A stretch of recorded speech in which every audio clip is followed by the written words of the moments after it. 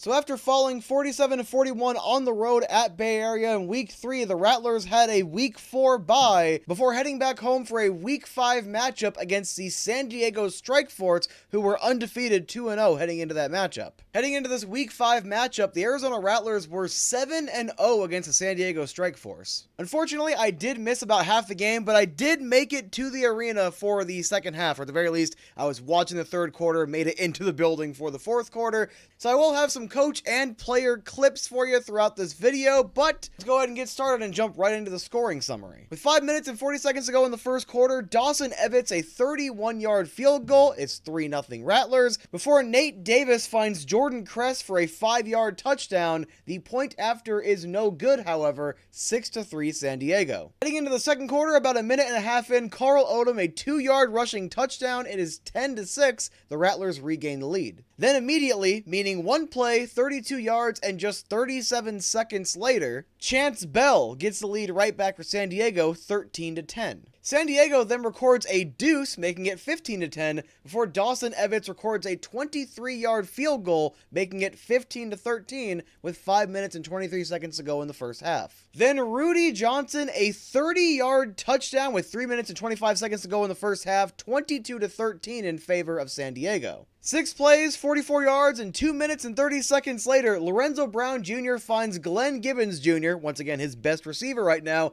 for a 3-yard touchdown, making it 22-19, because the Garrett Kettle 2-point attempt rush was no good. You heard that right. Garrett Kettle was playing running back because there are so many injuries on this team right now. The score is 22-19 San Diego at halftime. Kicking off the second half at 10 minutes and 4 seconds, Rudy Johnson a 13-yard touchdown, making it 29-19, giving San Diego a 10-point lead, before Glenn Gibbons Jr. an 11-yard touchdown after a 7-play, 25-yard, 5-minute drive, making it 29-26 with 4:21 to go in the third quarter, before with 1 minute to go in the third, Chance Bell records a 1-yard rushing touchdown, 35-26. We head into the fourth quarter where Glenn Gibbons Jr. a 25-yard touchdown from Lorenzo Brown Jr., only a 2-play, 25-yard drive, making it 35-33 San Diego. This is immediately a ball game again. Johnson finds Jackson for a 40-yard touchdown with 12 minutes and 13 seconds to go in the game, making it 41-33. The Rattlers do answer back, however.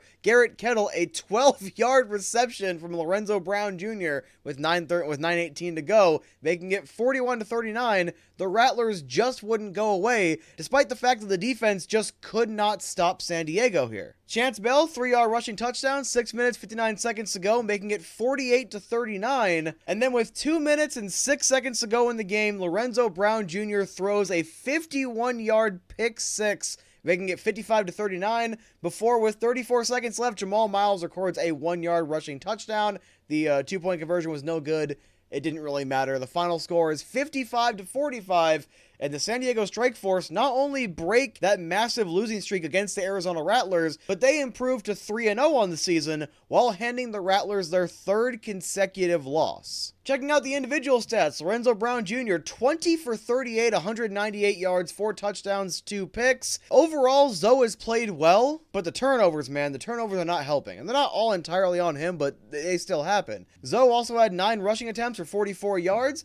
Carl Odom, 4 attempts, 14 yards, and a touchdown. Glenn Gibbons Jr., 2 attempts, 13 yards. Jamal Miles, 4 attempts, 4 yards, and a rushing touchdown. On the receiving end of the ball, Glenn Gibbons Jr., 8 receptions, 94 yards, 3 touchdowns. Jamal Miles, 5 receptions, 35 yards. Kobe Smith, 2 receptions, 32 yards. Garrett Kettle, 2 receptions, 18 yards, and a touchdown. Isaiah Houston, 2 receptions, 17 yards. I do believe this was the game where Isaiah Houston got injured. And then Carl Odom, 1 reception for 2 yards. You had to have Garrett Kettle come in, the backup quarterback. You had to have him come in as a receiver because of the amount of injuries. And obviously the injuries are not an excuse or anything, but it's just going to show that this team right now is struggling to start the season 2 years in a row, starting below 500, and a 3-game losing streak to start just isn't great. San Diego defense, they recorded 2 interceptions and a sack. I figured I'd at least throw that out there. On the Arizona side of the ball, Connor Taylor had 1.5 tackles for loss as well as an interception.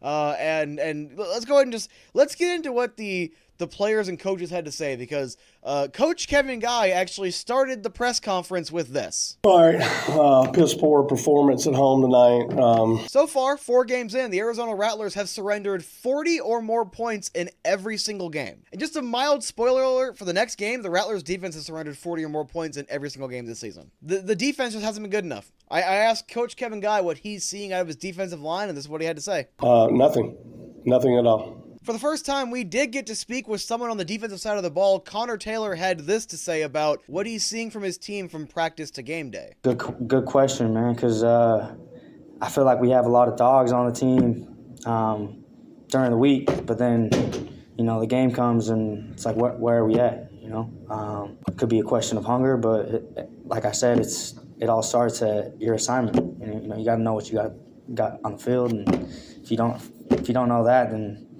you can't be out there.